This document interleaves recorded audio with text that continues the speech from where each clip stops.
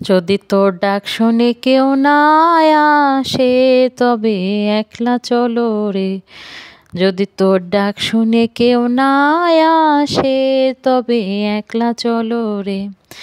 একলা চলো, একলা চলো, একলা চলো, একলা চলো রে।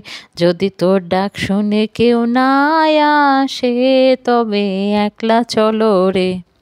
যদি তোর ডাক শুনে কেউ না আসে তবে একলা চলো রে।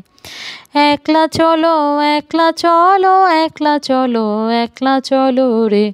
যদি কেউ কথা না কয়, ওরে ওরে ও অভাগা, কেউ কথা না কয়। যদি সবাই থাকে মুখ ফিরিয়ে, সবাই করে ভয়, তবে পরাণ খুলে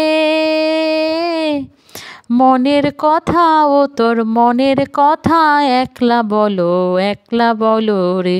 যদি তোর ডাক শুনে কেউ না আসে তবে একলা চলো রে।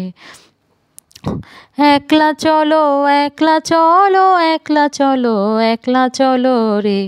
আপনার ডাক শুনে যদি কেউ না আসে তবে একাই পথ চলুন।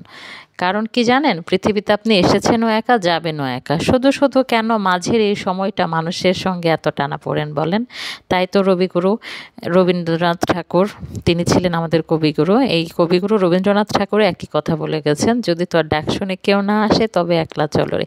আপনি সবসময় মনে রাখবেন, আপনার আপদে বিপদে কেউ সহজে আপনার পাশে আসবে না। যদি এসে থাকে তাহলে সেই আপনার প্রকৃত বন্ধু।